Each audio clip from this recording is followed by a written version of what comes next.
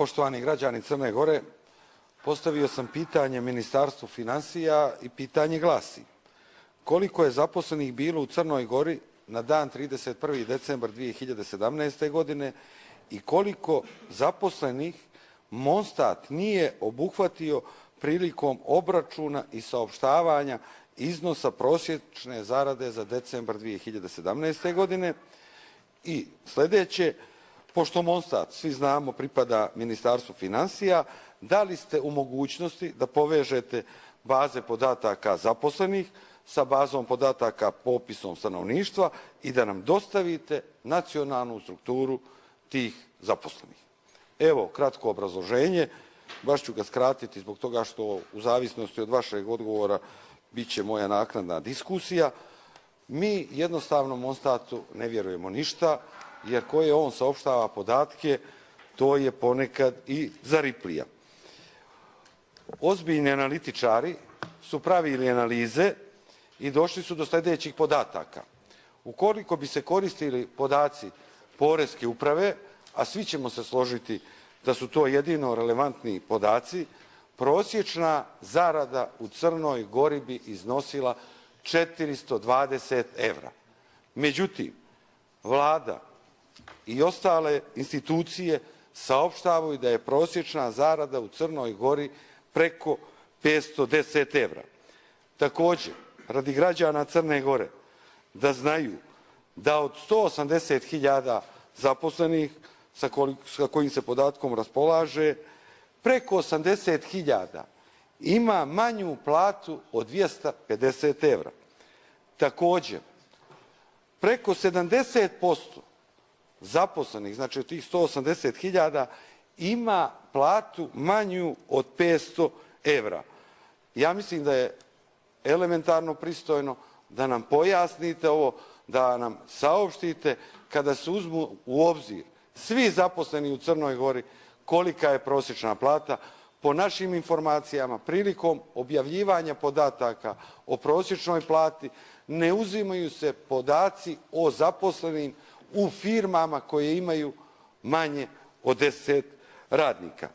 Što se tiče ovoga drugog dijela pitanja, to je jedna računska operacija, spajanje baze podataka zaposlenih sa bazom podataka popisom stanovništva, pravi se veza po matičnom broju i ta informacija može da se dobije za 5 minuta i baš nas interesuje da li imate nacionalnu strukturu zaposlenih.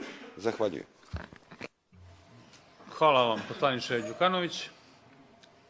Gospodine Pavnoviću, imate riječ, izvolite. Zahvaljujem. Dakle, na vaše prvo pitanje. Shodno podacima Zavoda za statistiku Crne Gore, prosječan broj zaposlenih prema administrativnoj evidenciji Poreske uprave u decembru 2017. godine iznosio je 182.368, dok je prosječan broj zaposlenih u cijeloj 2017. godini iznosio 177.627. Zavod za statistiku objavljuje prosjek zaposlenih za određeni period, najmanje za mjesec dana, ali ne i na određeni dan, na stanje na dan. Istraživanje iz oblasti tržišta rada, pa i istraživanje o prosječnoj zaradi Monstat realizuje shodno međunarodnoj metodologiji. Na određenom uzorku preduzeća vodeći računa da taj uzorak obezbjeđuje reprezentativnost i uporedivost podataka za cijelu populaciju. Na mjesečnom nivou Zavod za statistiku realizuje istraživanje o zaradama prikupljajući podatke u prosjeku od 3.000 preduzeća, organizacije, ustanove i njihovih jedinica u sastavu, a koja zapošljavaju u prosjeku 70% ukupnog broja zaposlenih. Te mišljenje da je ovaj odnos 3.000 preduzeća i 70% zaposlenih obezbjeđuje reprezentativnost podataka o prosječnoj zaradi na nivou Crne Gore.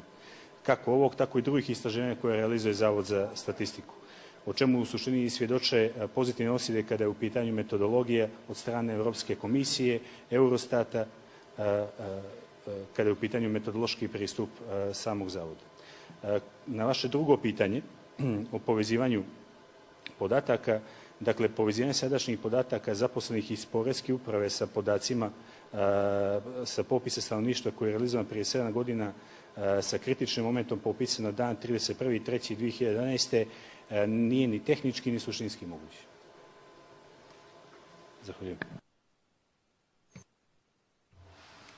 Hvala gospodine Paunoviću. Poslanik Đukanović, pravo na komentar odgovora. Evo, počet ću od ovoga posljednjeg. To, gospodine, što ste sad saopštili da tehnički nije moguć, odgovorno vam sad ovdje neću da koristim grublju riječ, da kažem jednostavno nije tačno. Da se ne mogu uporediti podaci Poreske uprave i povezati, ja vam kažem još kako, preko jedinstvenog matičnog broja sa popisom stanovništva, to je odraz kakva nam je država. Kad saopštava ovo što ste vi sad saopštili, da li ćete malo da se zacrvenite zbog ovoga sad što ste saopštili? Evo, igrom slučaja, čitavi život se bavim informatikom, pa se razumijem u to povezivanje baza podataka. Da građani još jednom čuju, predstavnik Ministarstva finansija, a Monstat potpada pod Ministarstvo financija, ne želi da izvrši povezivanje podataka Poreske uprave, koja je ponovo pod Ministarstvom financija, sa podacima Monstata o popisu stanovništva. Šta nam to govori? To nam govori o tome da je broj Srba zaposlenih katastrofalan i jednostavno državni organi to ne smiju da saopšte. Zbog čega oni to ne smiju da saopšte? Zato što pričaju velike priče o građanskoj državi, optužuju nas da mi hoćemo podjele, a mi samo hoćemo da ispravimo takvo zanemarivanje srpskog naroda i po nacionalnoj i po ekonomskoj osnovi. Ovo što ste vi danas saopštili, to je bolje od bilo kog javnog priznanja.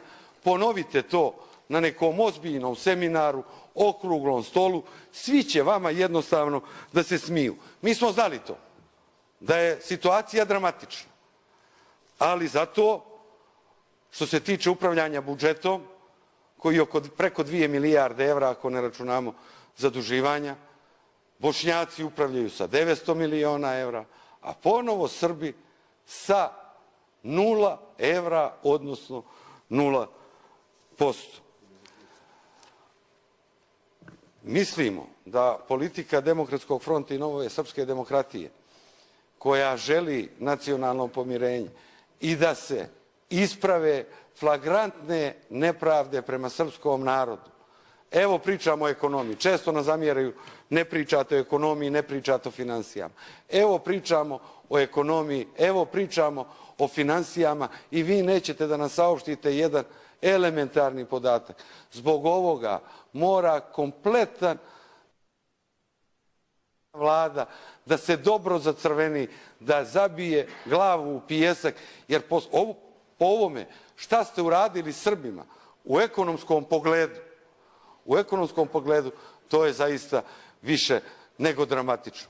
Nažalost, diskriminacija se vrši i u nacionalnom i u ekonomskom pogledu, ali i u jednom i drugom slučaju Srbi su najveće žrtve.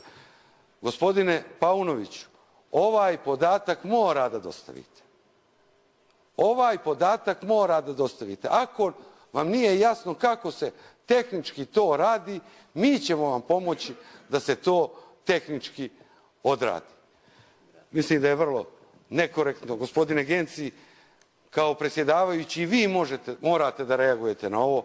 Ne može predstavnik institucije da saopštava ovo što je gospodin Paunović ovdje saopštio.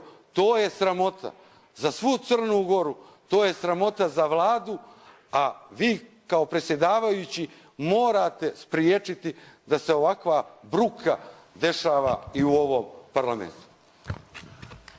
Gospodin Đukanović, dozvolite mi da vam kažem da se ne slažem sa vama iz prostog razloga što ne želim da komentarišem niti vaše izlaganje, niti odgovore, jer moram biti ovdje predsjedavajući. Imalo je u vašem i u dijelu neke stvari za komentare, ali to ne ide u skladu sa Poslovnikom. Prelazimo na sljedeće pitanje. Vi ste direktno dali odgovor. Izvolite da vidim komentar, da slušam.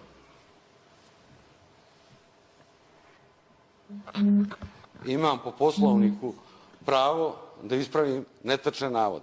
Mislim da niko nema pravo u ovom parlamentu da se igra gluvih telefona. Imamo predstavnika ministarstva koji je ovdje saopštio šta je saopštio.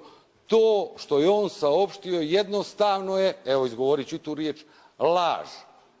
Jer kad saopštimo fino da nije istina, izgleda moramo da budemo grubi prema njima i vi treba da insistirate, ne može da se završi situacija da kaže ne mogu da povežem podatke. I idemo svi kući. Može nego neće. Ne može tako da se ponaša.